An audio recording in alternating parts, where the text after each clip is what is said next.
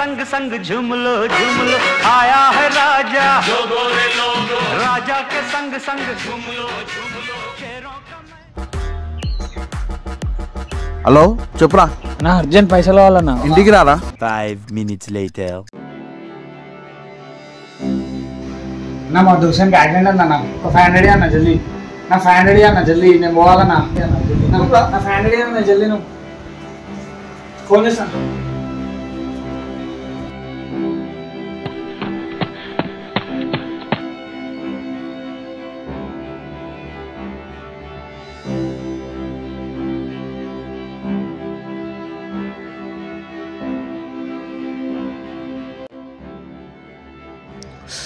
అరే మందుకు సిగరెట్కి పైసలే లేవు ఎట్లా అన్న దగ్గర పైసలు అడిగి గుంజాలి అరే ఏం చెప్పాలన్న వచ్చి అరే అన్న మా మమ్మీని హాస్పిటల్ తీసుకోవాలన్నా జర 1000 రూపాయలు అన్న నేను మళ్ళీ ఇస్తాను అన్న నేను మళ్ళీ ఇస్తాను పైసలు ఏందిరా అర్థం కాదు నాకు అన్న నేను మళ్ళీ ఇస్తాను ఫస్ట్ పైసలు అన్న నాకు పోయేది ఉంది అన్న నేను ఫోన్ చేస్తాను అసలు వీడు ఊకే డబ్బులు అడుగుతాడు ఊకే ఏదో ఒకటి చెప్తాడు అది అంటాడు ఇది అంటాడు అసలు ఏం చేస్తుండు డబ్బులు తీసుకొని ఏం అర్థమవుతుంది నాకైతే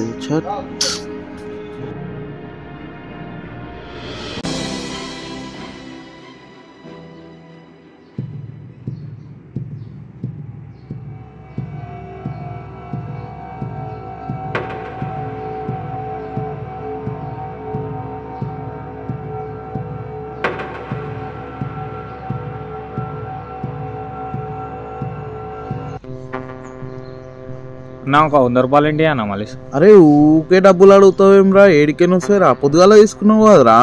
పైసలు అయితే నాకు పని ఉంది అరే ఏడికైనా వస్తాయిరా ఇప్పుడు పైసలు ఏం పైసలు రా మళ్ళీ అన్న ఫోన్ చేసా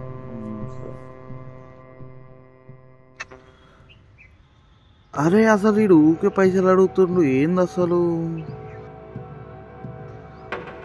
ఒకసారి ఫాలో అవ్వాల్సిందే వీడిని నడు పోదాం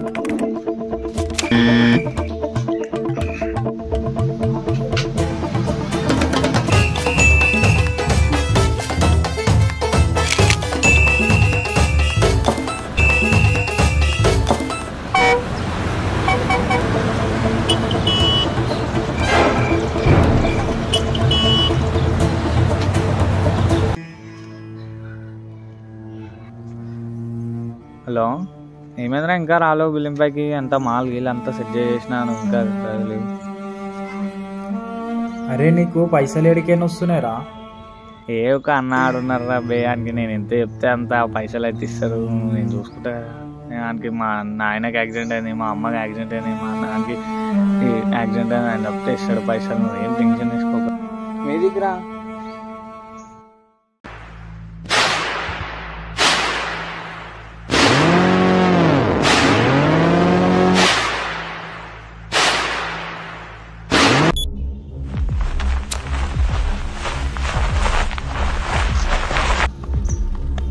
అరే వాళ్ళు నేను చేయలే అన్న ఇవన్నీ నాయన్న ఇవన్నీ మా దోస్తు అన్న ఇవన్నీ నేను చేయన్నా ఇవన్నీ నాకు అలవాట్లేదన్నా అన్న ఇవన్నీ అమ్మతోడన్నా ఇవన్నీ నేను చేయలేదన్నా అన్న ఇవన్నీ నేను చేస్తాను నన్ను అమ్మ అన్న అన్న నేను చేయలే అన్న ఇవన్నీ నాకు అలవాట్లేదన్నా అన్న అన్న నువ్వు నన్ను నేర్పాకన్నా అన్న అరే అన్న నన్ను నేర్పించిన అరే అన్న నేను చేయలే అన్న అరే అన్న నువ్వు అన్న అరే అన్న నువ్వు అన్న అరే అన్న నువ్వు అన్న అరే అన్న